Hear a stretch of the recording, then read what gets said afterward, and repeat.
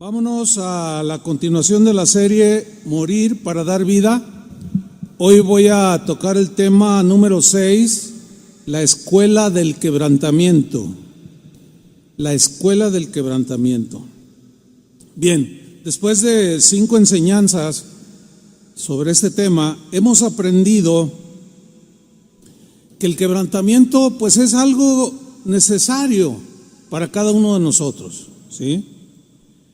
Porque no hay otra manera en que el trigo se convierta en pan si no es triturado el trigo, ¿sí? En la escuela del quebrantamiento aprendemos que hay varias formas que Dios usa para nuestra formación y transformación de nuestro carácter al carácter de Cristo. Esto es a través del quebrantamiento, pero hay varias formas que Dios usa. Número 1, cuando pecamos y ofendemos a Dios. ¿Qué sucede cuando pasa esto? Bueno, en primer lugar debo decir lo siguiente: no es voluntad de Dios que pequemos. Él vino a deshacer las obras del diablo y una de esas obras es que nos tenía prisioneros del pecado. No es la voluntad de Dios que pequemos. Sin embargo, cuando lo hacemos, lo que sucede o provocamos es que entristecemos al Espíritu Santo de Dios que vive en nosotros. En Efesios 4:30 dice lo siguiente: y no contristéis al Espíritu Santo de Dios. Si vemos el contexto, que no tenemos el tiempo, vemos que los enojos, las griterías, las maldiciones, el mal carácter, todo eso que son pecado delante de Dios, entristece al Espíritu Santo. Por eso dice Pablo aquí: y no contristéis al Espíritu Santo de Dios, con el cual fuisteis sellados para el día de la redención. O sea, como propiedad suya somos sellados, pero el Espíritu Santo, como es una persona, se entristece cuando pecamos. Ahora bien, este tipo de quebrantamiento es causado por el dolor que sentimos cuando pecamos.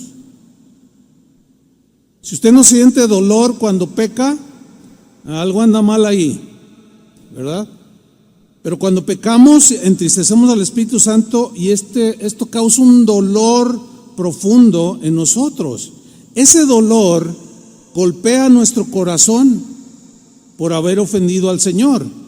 Así como el hijo pródigo, ¿se acuerda? Que cuando volvió en sí, dijo: ¿qué he hecho? Voy a ir a la casa de mi padre. Le dije: Padre, he pecado contra el cielo y contra ti. El corazón de este hijo pródigo fue quebrantado con un profundo dolor de arrepentimiento. Sin embargo, este doloroso quebrantamiento tiene un efecto positivo, ¿sí? Es decir, abate la rebeldía, le pega duro, ¿sí? Este quebrantamiento, este dolor que sentimos cuando pecamos contra Dios, porque va directo a nuestra rebeldía y nos vuelve humildes delante del Señor. Tiene un efecto bueno. El rey David aprendió esto en la escuela del quebrantamiento. Este punto número 1. Él lo aprendió cuando en el Salmo 51, que es un salmo que fue producto de su arrepentimiento, del dolor profundo que él sintió después de haber pecado de manera muy, muy notable contra Dios por haber tomado una mujer que no era la de él, y brotó el Salmo 51 en un profundo quebrantamiento doloroso. Y dijo David en el Salmo 51, versículo 1: ten piedad de mí, oh Dios, conforme a tu misericordia, conforme a la multitud de tus piedades, borra, dice, mis rebeliones. Estaba muy dolido, muy quebrantado David por haber pecado. Dice en el versículo 2: lávame más y más, dijo, de mi maldad, y límpiame de mi pecado. Versículo 3, porque yo reconozco, esto es sumamente importante, porque yo, dijo David, reconozco mis rebeliones.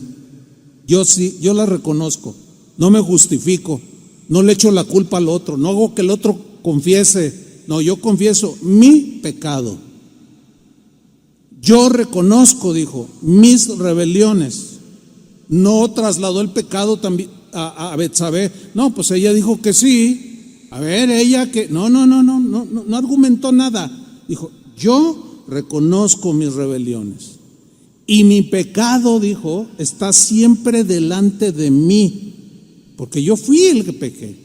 Contra ti, dice con profundo dolor, contra ti solo he pecado y he hecho lo malo delante de tus ojos. Pedro, el apóstol, también estuvo en la escuela del quebrantamiento. Ya conocemos la historia, que después de haber maldecido y negado a Jesús, el gallo cantó. ¿Se acuerdan de la historia? Y Pedro se acordó que Jesús se lo había advertido y terminó llorando, dice, amargamente, con un profundo dolor por haber maldecido y haber negado a Jesús. Y estuvo llorando, la Biblia no dice cuánto, pero yo puedo asegurar que fueron horas de profundo dolor.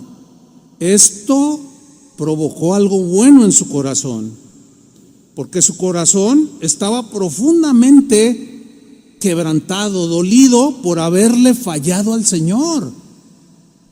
Y lo demostró al desbordarse en llanto doloroso y amargo. Pero este dolor tuvo un efecto positivo. ¿Saben qué sucedió en la vida de Pedro? Quebrantó su orgullo. No solo eso, quebrantó su prepotencia, su autosuficiencia y su terquedad, y lo convirtió en un hombre humilde de corazón. Hablando de terquedad, volviendo a David, en relación con su pecado que confesó en el Salmo 51. Pero hay un salmo que es el 32, que aunque parezca 32 al 51, parecen casi 20 salmos, pero son ligados, no están cronológicamente acomodados. Pero David, antes de arrepentirse, duró todo un año sin reconocer su pecado. Su obstinación y terquedad, o sea, se obstinó, dijo, no, pues yo que soy el rey, y se justificaba, y duró un largo año. Sin embargo, llegó el día en que su obstinación y su terquedad finalmente fueron quebrantadas por Dios. Y en el Salmo 32 el Señor le ofrece consejo a David, le ofrece instrucción, supervisión para el camino que le quedaba por delante, pero ya no podía seguir igual. Y en el Salmo 32, versículo 8, le dijo lo siguiente, está hablando el Señor, le dice, te haré entender. ¿Cómo entiende usted esa frase? Te haré entender. O sea, significa esto. Mira, David, yo estoy preocupado porque tú entiendas de qué se trata, que tú seas un siervo mío, un hijo mío. Te voy a hacer entender. O sea, voy a tratar contigo, te voy a hacer entender por tu bien, porque Dios quiere lo mejor para nosotros. Y te voy a hacer entender, pero te va a doler. Sigue diciendo, y te enseñaré el camino. Fíjate qué privilegio que Dios mismo le haya dicho a David, te voy a enseñar el camino en que debes andar. O Sobre ti, le dijo, fijaré mis ojos. Te voy a estar observando cada momento de tu vida. No voy a permitir nada que te dañe y me ofenda a mí. Voy a tratar contigo, David. Y en el versículo 29 le advierte sobre su terquedad, porque le dice: no seas como el caballo. Aquí se refiere al caballo rebelde. No seas como el caballo, no seas como el mulo sin entendimiento. Otras versiones lo traducen sin discernimiento. O sea, ¿que no alcanzas a distinguir entre lo bueno y lo malo? No seas como el mulo, y no lo sabes distinguir porque eres terco como una mula o como un mulo, David. Y eso necesito tratarlo contigo. No seáis como el caballo o como el mulo sin entendimiento, que han de ser sujetados con cabestro, o sea, con rienda y con freno, porque si no, no se acercan a ti. El mismo versículo 9, en la versión Palabra de Dios para Todos, miren cómo lo traduce: deja la terquedad, David. Deja la terquedad que te impide acercarte al Señor. Ahora, ¿por qué el Señor nos advierte comparándonos con la terquedad de un mulo? Pues porque la terquedad es un rasgo del hombre carnal, del hombre natural. Es un rasgo en todos los seres humanos, en todos los seres humanos, en alguna medida somos tercos. Unos más que otros, unos poquitos, otros súper tercos, en fin, pero todos tenemos ese rasgo. Ahora, el mulo tiene rasgos positivos, pues como tú también los tienes, como todos los tenemos, por la gracia de Dios. Por ejemplo, el mulo se utiliza para hacer trabajos pesados, como medio de transporte. En la agricultura para arar los campos, sacar agua del pozo, etcétera, etcétera.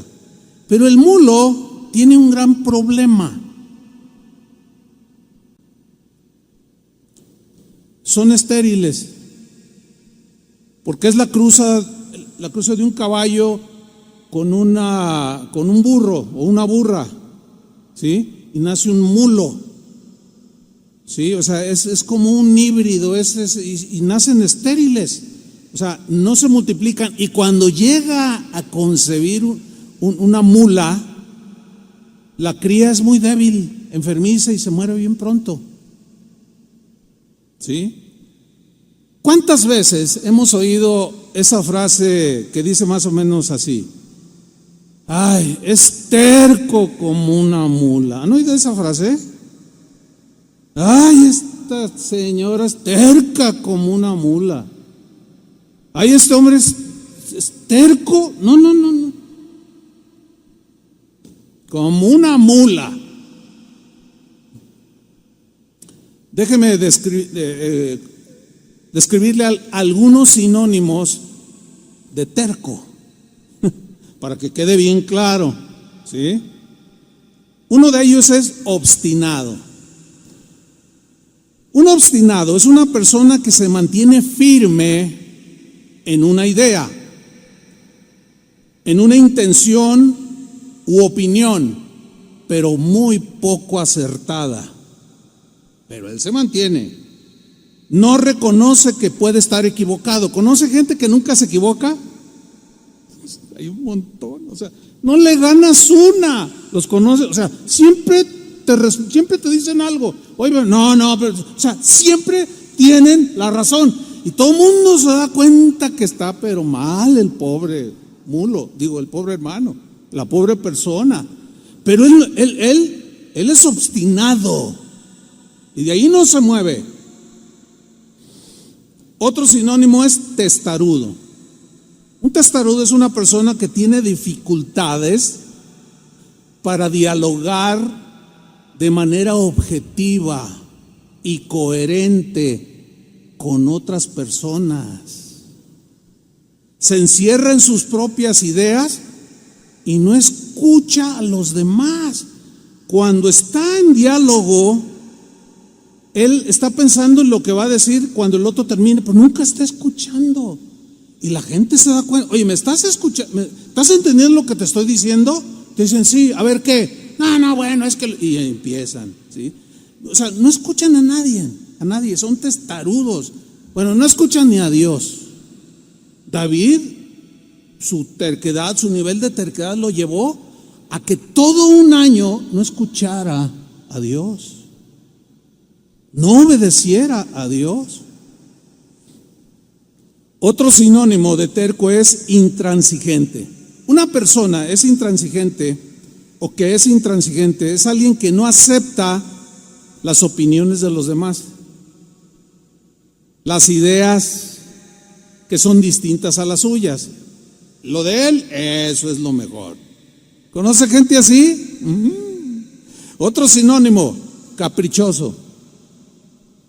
Es alguien que toma decisiones arbitrariamente, no toma en cuenta a su esposa, tiene muchas broncas en el trabajo porque no consulta con su jefe inmediato. Oye, ¿por qué hiciste eso? No, pues es que eso es lo que se debe de hacer, pero debiste de haberme dicho. Ah, bueno, está bien, pero por acá adentro, no, pero pues este cuate no sabe nada, yo sé más. Qué horrible es ese rasgo de carácter, ¿a poco no? ¿Sí o no? Espantoso. Algunas esposas y también esposos batallan con la terquedad de sus esposas o esposos.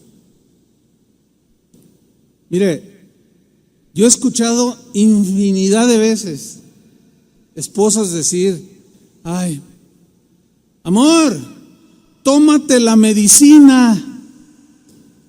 Híjole, si algo somos los hombres en este punto, híjole, no, nos pintamos solitos. Amor, tómate la medicina. Y tercamente el marido le responde, estoy bien, no pasa nada. Pero el doctor te dijo claramente, no, estoy bien, exageran. O sea, mire, le voy a contar algo. Tuvimos un vecino que empezó a sentir un dolor agudo aquí en el pecho. Su esposa le dijo, te llevo al hospital. No, estoy bien, nada más quiero descansar. Prepárame un cafecito. Estoy bien. No, y dice ella que lo empezó a ver descolorido y lo tocó y helado. Le dije, no, te voy a llevar al hospital. No, es que estoy bien, no te estoy diciendo que estoy bien. Así déjame, ya se me va a pasar. Y así duró toda la tarde. En la noche se agudizó el dolor. Le dijo, amor, te voy a llevar, que estoy bien, que no te estás fijando que estoy bien. Además estoy diciendo que se me va a pasar. En la mañana cuando despertó la señora tenía un muerto a su lado. Ella misma nos contó, a mi esposa y a mí. Dice, nunca logré que mi esposo se le quitara lo terco y su terquedad. Relativamente joven, el hombre de 50 años.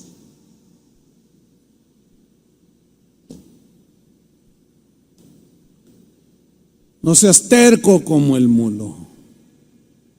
Te vas a quedar estéril. La escuela del quebrantamiento. Otra manera de quebrantamiento en la escuela de Dios es cuando somos heridos, pongan atención, cuando somos heridos por las acciones de otras personas contra nosotros. Cuando somos maltratados por otras personas, menospreciados, traicionados, es decir, cuando somos agredidos de distintas maneras por otros. Déjenme usar una ilustración que la he tocado en un par de ocasiones, pero viene bien ahora en este ejemplo. Esta ilustración es de de una carpintería. Todos nos imaginamos una carpintería, ok. ¿Qué hay en una carpintería? Bueno, pues hay un carpintero, ¿no? Hay un carpintero, hay madera, que es el lugar donde se trabaja, pero hay un montón de herramientas. Por lo menos hay 20 herramientas necesarias que un taller de carpintería debe de tener. Encontramos en ese taller martillo, mazo, lija, clavos, cincel, cepillo, taladro, etcétera, etcétera, etcétera. Ok, voy a hacer una metáfora de una carpintería. Jesús es el carpintero, ¿sí? Usted y yo somos la madera que será trabajada por el carpintero. Las herramientas para trabajar la madera son un compañero de trabajo que es como un serrucho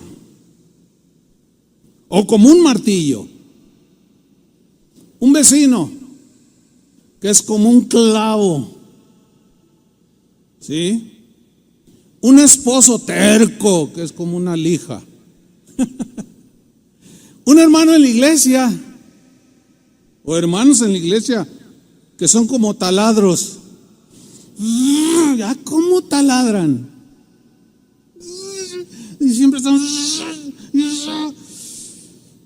Ok. Cada herramienta en un taller de carpintería tiene su función. Bueno, de igual manera, en forma metafórica, Dios usa a las distintas personas como herramientas para trabajar en nosotros. ¿Está entendiendo la metáfora? En Proverbios 27:17, en la versión al día dice lo siguiente: el hierro se afila con el hierro. ¿Ha visto a los carniceros cómo tienen el cuchillo bien filoso? ¿Sí? Y luego sacan, ¿cómo se llama ese que sacan? Que es como una varilla. Es como una lija, ¿no? Pero es del mismo metal. Entonces, siempre que está cortando y luego deja de cortar y agarra esa lija de acero y le hace. Se ha fijado, ¿no? Cuando va a la carnicería y constantemente está sacándole filo para poder cortar. Bien, este versículo dice: el hierro se afila con el hierro, y el hombre en el trato con el hombre. Aquí está el principio. Ahora se los voy a ilustrar con la Biblia. Las escrituras hablan de un rey llamado Nabucodonosor, rey de Babilonia. Este rey era soberbio, entre otras cosas, creído, era bien fifí, como dicen ahora. Este Nabucodonosor se ensañó con los judíos, fue despiadado con ellos, los llevó cautivos a Babilonia. Esa cautividad duró 70 años. Y aquí es donde entró el carpintero. Tomó a Nabucodonosor como si fuera un serrucho o una sierra que corta o un martillo que golpea y clava. A la vez Dios usó las circunstancias para tratar con su pueblo, Israel. Un pueblo que constantemente se rebelaba contra Dios. Exactamente como lo hacemos nosotros, que constantemente estamos luchando, estamos batallando, ¿sí? Hace años hubo un caso muy interesante en cuanto aplica perfectamente para esta enseñanza. Un matrimonio de la congregación, pues asistían, ¿verdad? Regularmente, pero él era terco como una mula, y constantemente la esposa me pedía a mí que orara por su esposo. Y siempre me decía, ay, es que esto, es que lo otro. O sea, se quejaba mucho de su esposo. Cuando yo hablaba con él, siempre estaba, oye hermano, pues tu esposa, de esos que, no, bueno, pues es que así soy yo, ¿verdad? Oye hermano, tienes que reaccionar, agarra la onda. No, pues es que, Entonces, ella insistía en la oración. Yo le dije, ok, vamos a seguir orando. Y dice, que el Señor le haga como quiera, pero que no me lo cambie, porque lo amo. Que lo cambie a Él, pero que le haga como quiera. Yo la miré y le dije, como el Señor quiera, ¿estás segura? Y me dice, sí. Ok, seguimos orando. Ándale, un día me habla casi de madrugada a mi casa, pastor, secuestraron a mi marido. Pues no era un secuestro. Llegaron, en aquel tiempo pues eran los judiciales, ¿no? Llegaron y lo agarraron y lo metieron a la cárcel. Lo habían acusado de un delito. Y estaba llorando la hermana desconsoladamente. Ay, pues, le digo, ¿te acuerdas que tú dijiste que como Dios quisiera? Ay, bueno, sí, pero así no. No, bueno, pues es que nosotros no vamos a poner las condiciones. El terco necesita, ¿qué? Algo de firmeza y dureza. Por su bien. Bueno, pues estando ahí en la cárcel, para no hacer larga la historia, se aventó como 13 meses en la cárcel. Finalmente lo dejan libre. ¿Sabe qué? Discúlpenos, usted es inocente, usted no es culpable. Y salió el hermano. Entonces cuando lo hablo con él, le digo, hermano, ¿cómo estás? Dice, ¿sabe qué, pastor? Gracias a Dios por esto que aunque me dolió, me hizo reaccionar, dijo. Y de ahí en adelante su vida cambió totalmente. ¿Qué sucedió? Dios usó a unos impíos que lo acusaron intencionalmente de algo que ellos habían hecho en su negocio o en el negocio donde trabajaban, y acusaron al hermano. ¿Está entendiendo? O sea, Dios se va a valer de lo que sea y de quien sea. Así como utilizó a Nabucodonosor para tratar con Israel. Pasan los años y se levanta un rey también muy en la historia muy famoso, Ciro, rey de Persia. Bueno, este Ciro era un guerrero y llegaron al imperio babilónico y lo conquistó. Venció a los babilonios. Fíjense qué cosas. Dios usó a Ciro, que inclusive hay un texto que dice, Ciro mi siervo, y era un pagano. Y luego Dios se refiere a Ciro como un martillo que estaba en la mano de Dios para castigar a su vez los excesos de Nabucodonosor. Porque el culpable nunca será inocente delante de Dios. O sea, fíjese, Nabucodonosor, despiadado. Israel, rebelde. El despiadado los conquista y los mete en cautiverio. Dios lo usa como serrucho, como martillo, como lija para tratar a su pueblo. Pero él es culpable de sus acciones. ¿Le estoy explicando? Llega Ciro y trata con Nabucodonosor. Miren lo que dice Jeremías 51:20, refiriéndose a Ciro. Le dice, por medio del profeta, martillo me sois. Yo me imagino así, al carpintero, ¿eh? Ciro, martillo me sois, y armas de guerra. Y por medio de ti, quebrantaré naciones, y por medio de ti destruiré reinos, y por tu medio quebrantaré caballos y a sus jinetes, y por medio de ti quebrantaré carros y a los que en ellos suben. Asimismo, por tu medio quebrantaré hombres y mujeres, y por medio de ti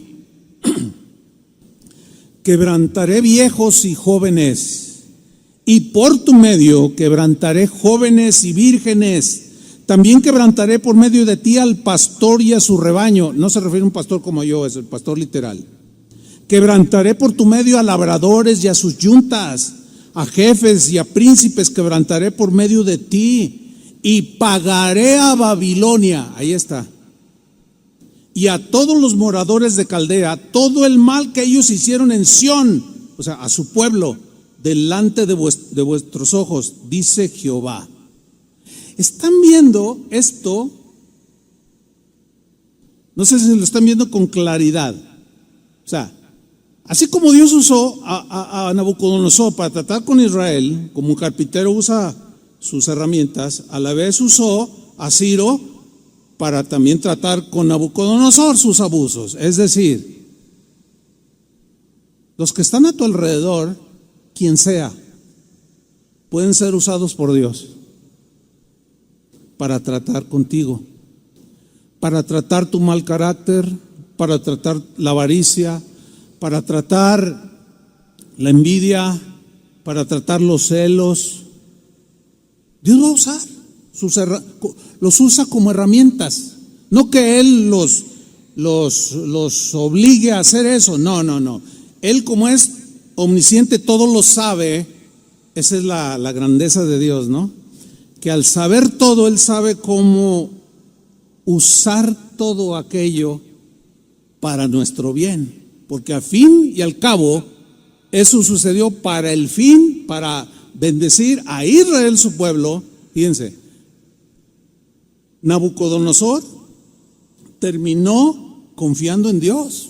No puedo ya narrar más la historia, es bastante larga. A lo que voy es que Dios sabe tratar con todos y cada uno de nosotros para al final hacernos el bien.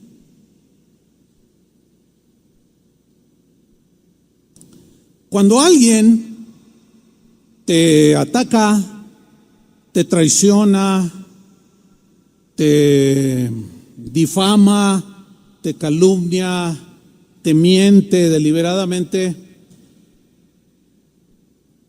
es la ocasión para que sucedan dos cosas en ti. Una, que te ofendas, te hieras y termines amargado. Si no eres terco, como el mulo, tú lo vas a procesar. Y en lugar de amargarte, vas a decir: Señor, tú estás usando a esta compañera de trabajo para pulirme. Es como una lija. ¿Y cómo? Entonces, cuando tú ves no lo que te están haciendo, sino quien está arriba en el escenario viendo todo lo que sucede y usando la intransigencia de esa persona para tratarte a ti, es una manera muy diferente de ver las cosas, hermano. Yo les he comentado que hay gente que me dice: pastor, pues están diciendo cosas de ti. ¿Y? No, pues contéstales. No, ¿por qué voy a contestar? Y yo dentro de mí digo: no. Ese o esa persona que está diciendo cosas, Dios lo está usando para formarme. Es una manera bien diferente de ver las cosas, hermanos. Esa hermana que publicó allí en Face y dijo que yo era no sé cuánta cosa, híjole, es la hermana taladro, porque cada semana pone algo y duele, imagínate, pero como soy la madera, como tú eres la madera, y Dios está haciendo un mueble precioso, una silla majestuosa para que en ella se siente el rey, o sea, Jesús, tiene que unir piezas con pegamento y los fija con tornillos o clavos, ¿sí o no?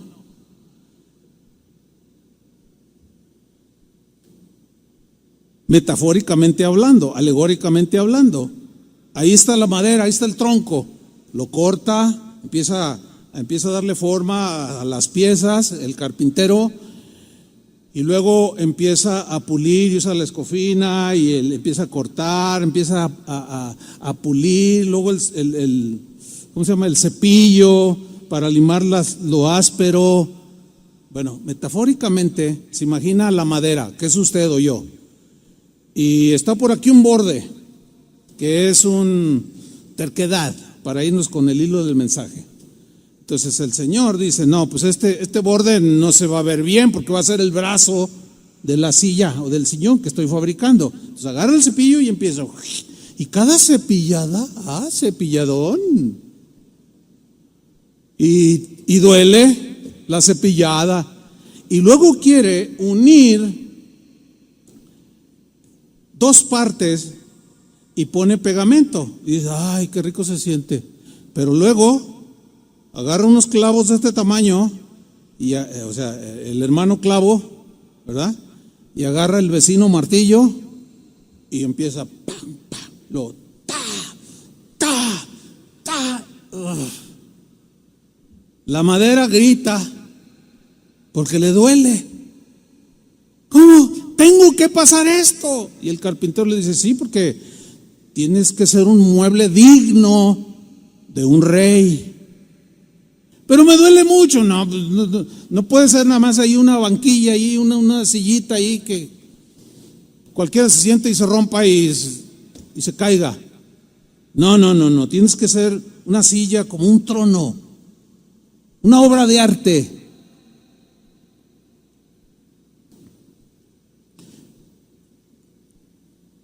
¿Quién te ha estado difamando? ¿Quién te ha estado mintiendo, fraudeando? Ya no mires tanto a lo que te están haciendo. Mira al que está haciendo algo en ti. ¿Me expliqué? Pues no me contestan, no sé si están dormidos, como no se ve.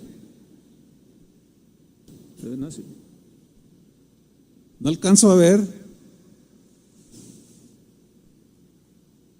Así funciona.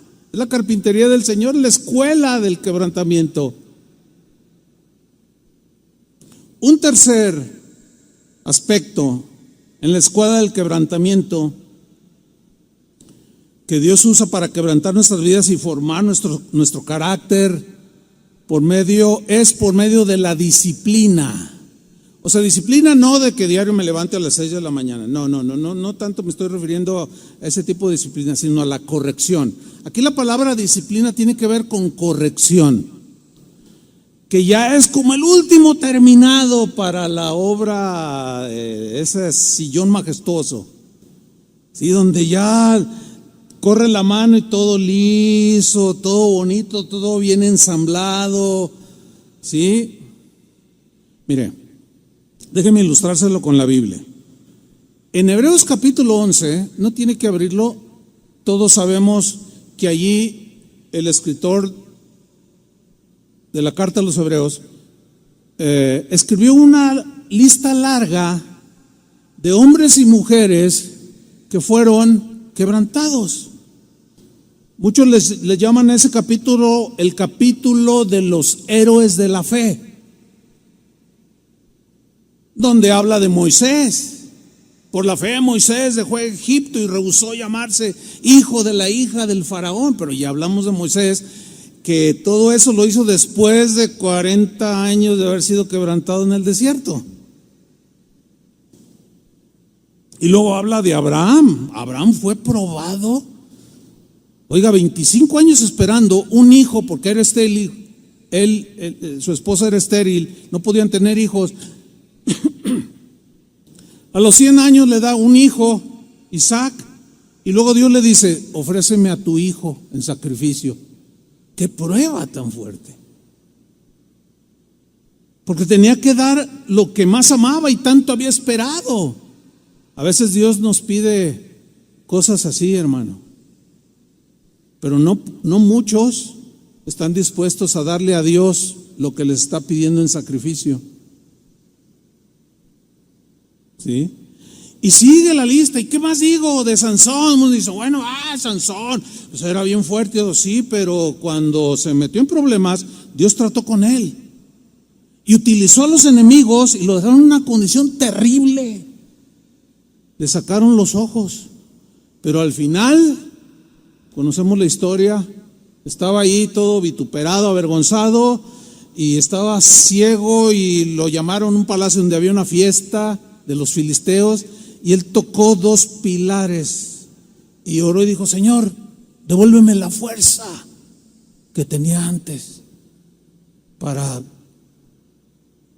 ponerme a cuentas con mis enemigos y tus enemigos. Y Dios le devolvió la fuerza y tiró los pilares, cayó el edificio y exterminó a los enemigos que estaban ahí dentro. Y así narra una lista. ¿Y qué más digo de Jefté, de Sansón, de Barak, de Josué? Todos, absolutamente todos pasaron por la escuela del quebrantamiento. Todos tuvieron situaciones como las que tenemos nosotros, o muy semejantes. Unos de una manera, otros de otra. Bueno, en el capítulo 12 de Hebreos, ahí va a aparecer en la pantalla, o si quiere abrir su Biblia, pero yo voy a usar la versión Palabra de Dios para todos. El capítulo 12, versículo 1, dice en esta versión así: fijémonos entonces que nos rodean muchísimas personas que demostraron su fe. Se refiere a la gran nube de testigos que dice la Reina Valera del capítulo 11. ¿Sí? Y luego dice, corramos pacientemente la carrera que tenemos por delante. Ahora nos toca a nosotros, ellos ya la corrieron, y ahora nos toca a nosotros. Quitemos de nuestra vida cualquier cosa que nos impida avanzar, especialmente el pecado que nos hace caer tan fácilmente. Versículo 2. Fijemos nuestra mirada en Jesús, en quien empieza y termina nuestra fe, autor y consumador de nuestra fe. Él, o sea Jesús, sufrió la muerte de la cruz, quebrantamiento, ya lo estudiamos también, ¿sí? Y aceptó la humillación como si no fuera nada. La humillación, el quebrantamiento, de haber sido burlado, golpeado, finalmente crucificado por sus enemigos. Todo para salvarnos. Pudo hacerlo, Jesús dice, por el gozo que le esperaba. ¿Cuál era ese gozo? Sentarse a la derecha del trono de Dios. Es decir, Jesús se sometió humildemente al quebrantamiento en obediencia para cumplir el propósito, pero usó a Judas como un martillo al traicionarlo. Usó a Caifás, sumo sacerdote, como un déspota religioso. Utilizó a Pilato como una autoridad romana. Utilizó hombres y él fue quebrantado. Pero él no se amargó contra Judas, ni contra Pilato, ni contra nadie. Él tenía su mirada puesta en lo que vendría después. Y él aceptó la humillación. Y pudo hacerlo con gozo. Por el gozo que le esperaba. ¿Cuál era ese gozo? Sentarse a la derecha del trono de Dios. La obra terminada. Cuando él dijo en la cruz, consumado es, terminé, terminaste y terminé, Señor. La obra maestra, maravillosa, de la salvación. Yo creo que esto merece un aplauso para el Señor.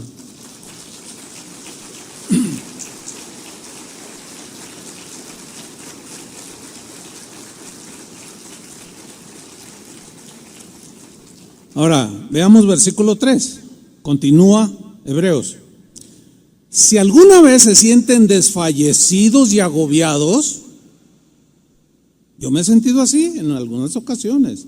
Ustedes también, sin duda. Dice, piensen en Jesús. Piensen en Jesús. Pablo a los filipenses les dijo, haya en vosotros el mismo sentir que hubo en Cristo Jesús, el cual siendo en forma de Dios, no estimó el ser igual a Dios como cosa a que aferrarse, sino que se despojó de su gloria, de sus derechos, y tomando forma de siervo, se humilló y se hizo obediente hasta la muerte y muerte de cruz. Ok, estoy sufriendo. Bueno, estoy desfalleciendo, ya no aguanto. Piensa en Jesús. Mira, es una manera tan poderosa para sobreponernos a los Judas, a los Pilatos y a todas esas herramientas que cuando nos tocan nos duele, pero si somos entendidos nos están trabajando Dios en nosotros.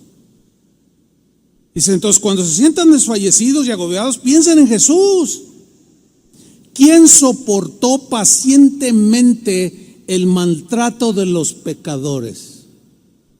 Es exactamente lo mismo que tenemos que hacer tú y yo. Soportar pacientemente el maltrato, las maldiciones, las calumnias de los pecadores y de uno que otro hermano por ahí. Por cierto, ayer, así entre paréntesis, entró un correo a mi bandeja. Yo estaba preparando un mensaje y entró. Urgente, decía, y dije, a lo mejor alguien algún hermano está en urgencia. Sí, era una hermana. Dice, pastor, usted no me conoce. Solamente quiero escribirle, le escribo para pedirle perdón. Y yo seguí leyendo. Dice, hace unos meses alguien me recomendó, escucha a este pastor. Es de Guadalajara, México. Él está en México, como que es de otro país. Dice, y cuando lo escuché por primera vez, yo nunca lo había oído, dije, y empecé a hablar muy mal de usted, dice. Inclusive le dije a la que me recomendó, no hombre, ese predicador no sabe nada, es un esto y lo otro. Y dije un montón de tonterías, pero ¿sabe por qué las dije, pastor? Porque me estaba llegando lo que usted estaba enseñando. Y algo quedó, pero yo seguía hablando mal de usted, pero algo quedó del mensaje que me estaba inquieta y volví a escuchar otro, y me di cuenta que usted habla el evangelio de Jesús. Estoy profundamente arrepentida, dijo, pero lo calumnié y le pido perdón. Entonces ya ven que hay un dicho que dice, ojos que no ven, pues corazón que no siente, ¿verdad? Pues yo ni en cuenta, ¿no? Entonces yo le dije, sí la perdono, porque ella estaba pidiendo perdón. Y le dije, y si en algo yo le puedo ayudar, con mucho gusto. Hay en vosotros el mismo sentir que hubo en Cristo Jesús, que sufrió pacientemente el maltrato de los pecadores. Sigue el versículo 4. Ustedes, les dijo a los que se les leyó esta carta, han luchado contra el pecado, sí, pero no hasta el punto de perder la vida, al igual que nosotros. Porque los primeros cristianos perdían la vida por ser cristianos y daban su vida. Versículo 5. Son hijos de Dios, pero olvidaron lo que Él les dice a sus hijos para animarlos. Y luego ya está entre comillas, hijo mío, o sea, Dios hablando, hijo mío. Eso es lo que ya habían olvidado y a nosotros también se nos olvida y nos desanimamos.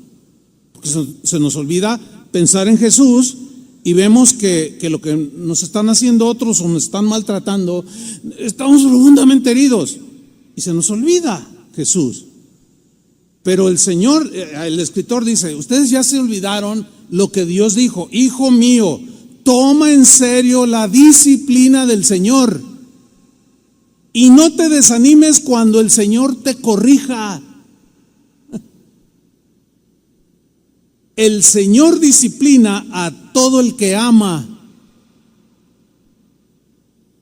¿Te ama Dios? A mí sí, por eso me disciplina. El Señor disciplina a todo el que ama y castiga a todo el que acepta como su hijo. Bueno, en este versículo 6 vemos dos cosas: disciplina y castigo. Bueno, aquí cuando habla de disciplina utiliza la palabra griega paideu. Esta palabra, que se traduce por disciplina, tiene la idea, conlleva la idea de enseñar, de instruir, de adiestrar un padre a su hijo con el propósito de enseñarle lo bueno para que sea un buen hombre, una buena mujer, y constantemente lo está instruyendo. Esa es la idea de disciplina aquí. Pero lo otro que aparece en este versículo es la palabra: Dios disciplina al que ama y castiga a todo aquel que acepta como su hijo. Bueno, y aquí hay algo que se ha vuelto controversial en los últimos años. O sea, esta controversia que voy a mencionar, yo no la había escuchado hasta hace, no sé, 15 años, 20 años a lo sumo. Estudio un poco de la historia de la iglesia y me doy cuenta que los primeros cristianos entendían que Dios castiga, pero hoy se ha vuelto controversial si Dios castiga o no. Hay cristianos que dicen que Dios no castiga y argumentan porque el Señor llevó el castigo de nuestros pecados en la cruz, en su cuerpo. Entonces nosotros ya no recibimos el castigo de Dios. Suena bien, ¿verdad? Nada más que es verdad que Él llevó nuestro castigo en su cuerpo, pero el producto de nuestro pecado, el castigo que merecíamos, el infierno, ese es el castigo al que se refiere. Hay problemas en algunos cristianos porque dicen, no, a ver, yo no castigo a mi hijo. ¿No lo castigas? Lo disciplinas, lo enseñas según el término bíblico. Lo instruyes, le llama la atención. No, hijo, no se dice así, se toma la cuchara así. No, esa palabra no está bien, hijo. Tú no puedes maltratar al gatito, no le jales la cola. Es que mira, o sea, lo disciplinas, lo haces crecer en disciplina, lo instruyes. Pero la controversia, y yo la veo cada vez más fuerte, inclusive he escuchado a predicadores reconocidos y respetados, yo mismo los respeto, y el hecho de que algunos de ellos digan que Dios no castiga, o sea, no se elimina el respeto que yo sigo sintiendo hacia ellos. Simplemente es un concepto que por alguna razón no aceptan, que Dios castiga. O sea, ya llevó nuestro castigo del pecado, pero ¿qué onda con las acciones que cometemos ya como cristianos, como hijos de Dios? No, Él ya llevó el castigo. No, pero, ¿sí? Cuando pedimos perdón por ese pecado, ¿sí? Ahora, Él nos disciplina, pero también nos castiga. Yo sé que esto para algunos va a sonar, y a algunos a lo mejor que ya tienen el concepto bien formado que Dios no castiga, pero nada más les voy a leer unos cuantos textos, porque hay un montón, nada más unos poquitos. Cuando los corintios tomaban la cena del Señor de manera indigna, Pablo les dijo, 1 Corintios 11:27, por eso dice, si una persona come el pan, versión palabra de Dios para todos, si una persona come del pan o bebe de la copa del Señor Jesucristo, refiriéndose a la ceremonia de la Santa Cena, si come sin darle la debida importancia, peca en contra del cuerpo y de la sangre de Jesucristo, o sea, de su sacrificio, lo tiene a menos, ¿sí? O sea, sigue pecando, toma la Santa Cena, es como si nada, ¿verdad?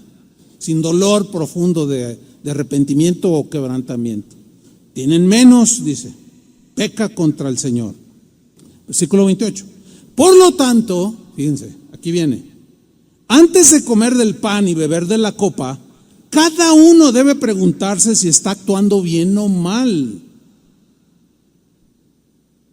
29. Porque Dios va a, díganlo, porque Dios va a castigar al que coma del pan y beba de la copa sin darse cuenta de que se trata del cuerpo de Cristo. Por eso, dice Pablo, por eso algunos de ustedes están débiles o enfermos y otros ya se murieron. Ok, si tienes controversia en esto, llámale como quieras, disciplina o castigo, como sea, pero mira, llámale como tú quieras, pero no vas a poder negar que hay consecuencias que duelen. O sea, te va a corregir, pero a la vez, en ocasiones, nos va a castigar. Aquí unos se murieron, fíjate el castigo, antes de tiempo. ¿Por qué Moisés no entró a la tierra prometida? No me diga que fue una disciplina correctiva. No, fue una disciplina de penalización. Bueno, sigo leyendo. Versículo 31. El Señor se fija en nuestra conducta. ¿En qué se fija el Señor? En nuestra conducta, en lo que hacemos y las intenciones también, por supuesto. Él nos corrige para que aprendamos. Esa es la disciplina, ¿sí? Para que aprendamos. Y para que así no tengamos que ser castigados junto con la gente de este mundo que no cree en Él. Aquí sí aplica, ya no recibiremos el castigo de condenación, porque ese castigo ya lo llevó Jesús en la cruz. Y lo dice, si pensamos bien lo que hacemos, no seremos castigados.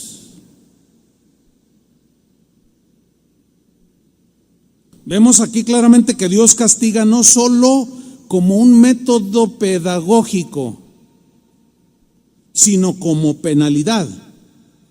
Y todo esto tiene que ver con la formación del carácter. Otro ejemplo, vámonos rápido. Hay una parábola que Jesús mencionó, se conoce como la parábola del mayordomo, que bienaventurado el siervo, que cuando venga su señor lo encuentre trabajando, haciendo lo que debe de hacer. Pero si alguien se descuida y dice, ay, mi señor tarda en venir, y comienza a golpear a los demás, a los consiervos y a emborracharse y a vivir, que acá no pasa nada, y se vendrá el siervo en la hora que menos piensa, y vamos a ver lo que dice. Lucas 12:41, cuando Jesús empieza esta parábola, Pedro le pregunta al Señor, Señor, ¿esa enseñanza es solo para nosotros, o sea, los discípulos, o para todos los que están aquí, todos los que estaban ahí rodeando? Pues era para todos. Y luego narra la parábola y en el versículo 46 dice, cuando vuelva su amo en el día y la hora en que menos lo espere, lo castigará como se castiga a los sirvientes que no obedecen. El sirviente que conoce las órdenes de su dueño y no las cumple, recibirá un castigo severo.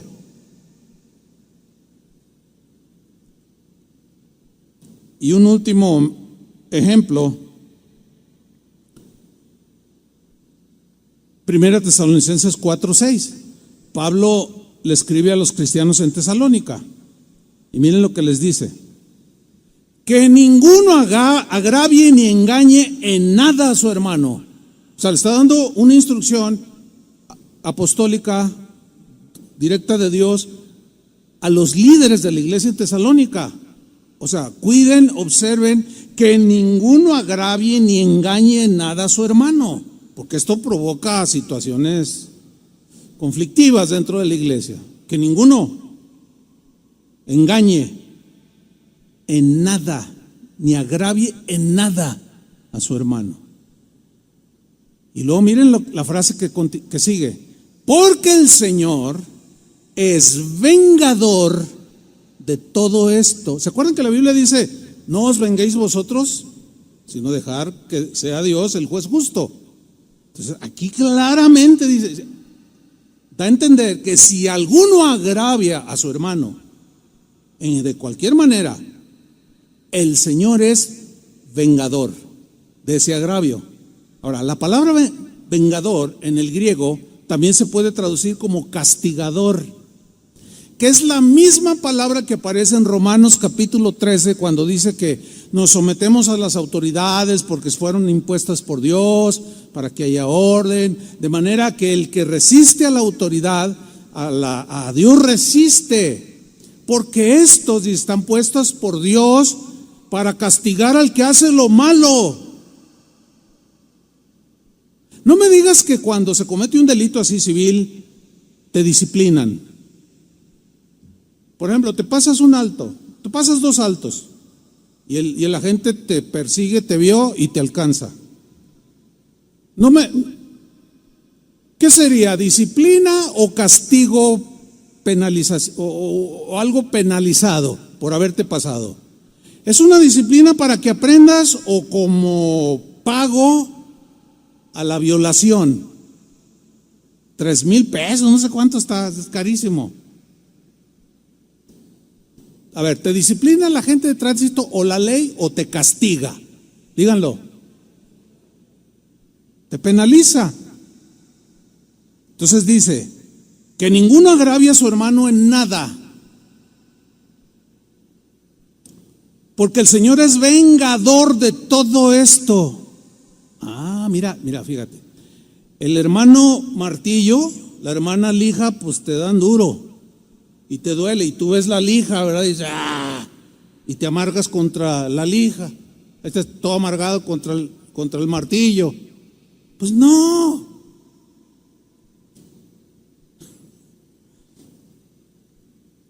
Así no funciona, así no es. Quien te haga lo que te haga, ¿quién es el castigador de lo que te hicieron? Sea cristiano o no cristiano. Pues el Señor. Entonces, mía es la venganza. O sea, yo daré el pago, dice el Señor. Yo daré el castigo. Como ya os hemos dicho y testificado. Bueno, para irme al final. 1 Tesalonicenses 4:6, el mismo versículo, pero en la versión al día. Dice así: y que nadie perjudique a su hermano, ni se aproveche de él en este asunto.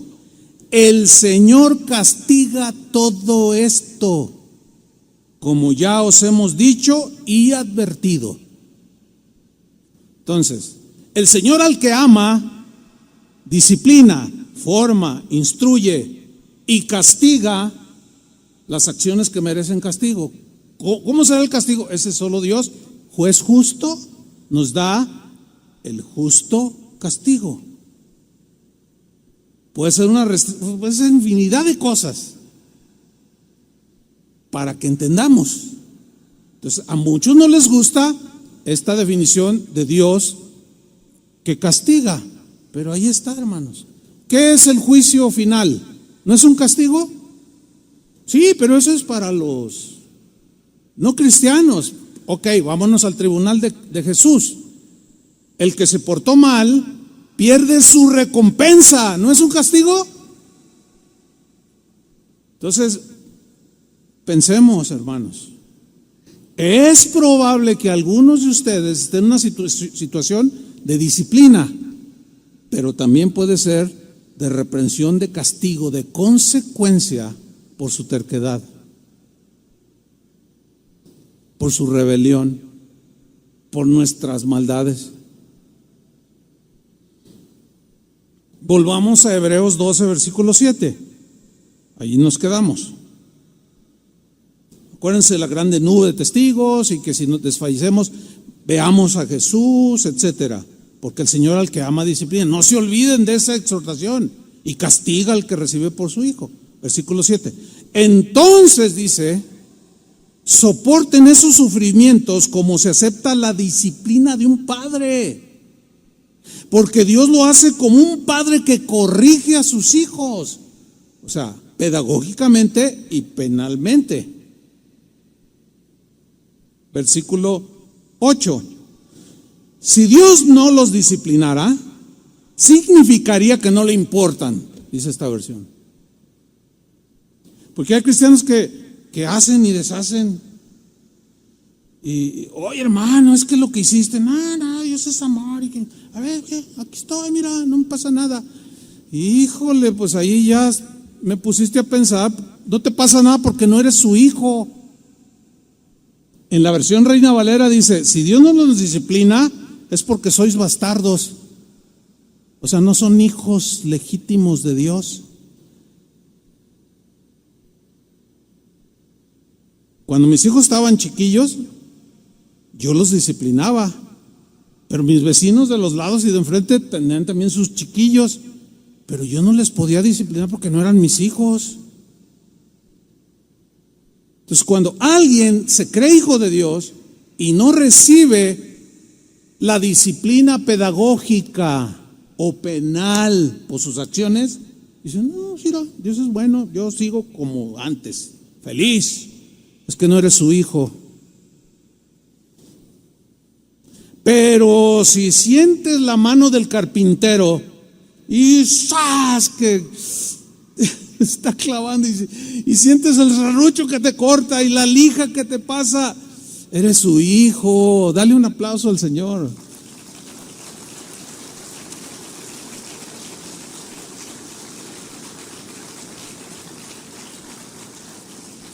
Dice el versículo 9, todos hemos tenido padres en la tierra que nos han disciplinado y nosotros los respetamos. Ahora, nuestros padres nos disciplinaban pedagógicamente, ¿sí o no?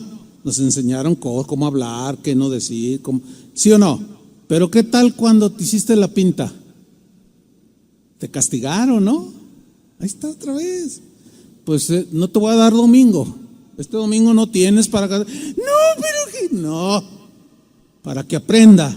No puede andar haciéndose eso. Bueno, esa no fue disciplina pedagógica, sino penal. Ok. Todos hemos tenido padres en la tierra que nos han disciplinado y nosotros los respetamos. Entonces, es aún más importante someternos a nuestro Padre Celestial, que nos disciplina y castiga para poder vivir. 10.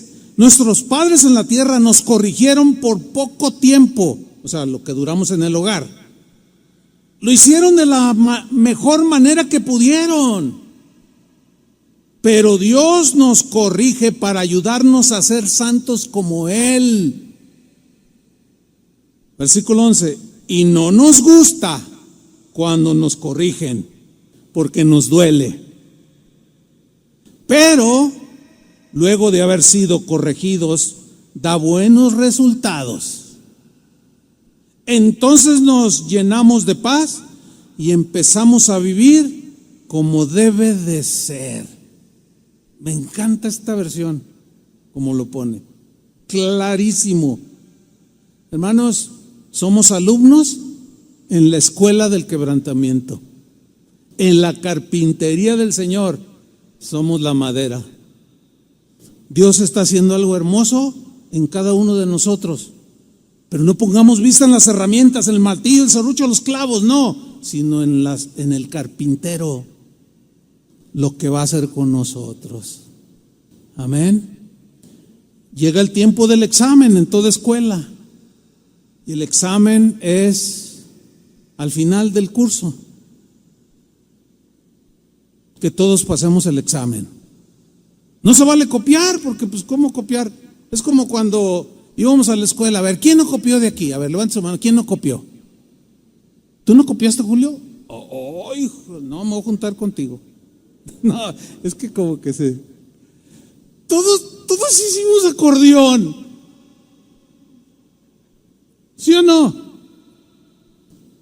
Fíjese, cuando yo estaba en la preparatoria, pues las mañillas de los estudiantes, ¿no? Por no estudiar. Oye, no falta quien allí se hizo del examen y ay, son 80 preguntas y yo las tengo aquí, pero ¿cómo? No, pues un acordeón y las escribes ahí, nos las ingeniábamos.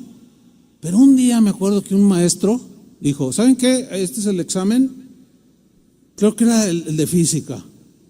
Era una eminencia era un ingeniero físico.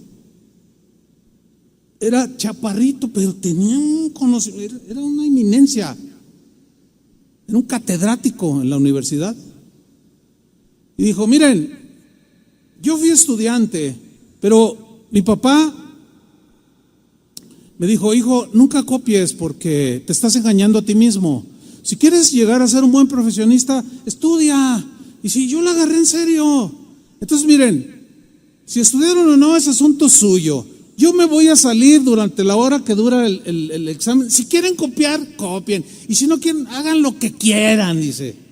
Pero el día que se gradúen, los voy a ir a ver. Si se gradúan de ingenieros o de licenciados o de lo que sean, los voy a ir a ver cómo ejercen. Serás licenciado, pero serás tranza, ignorante, voluble.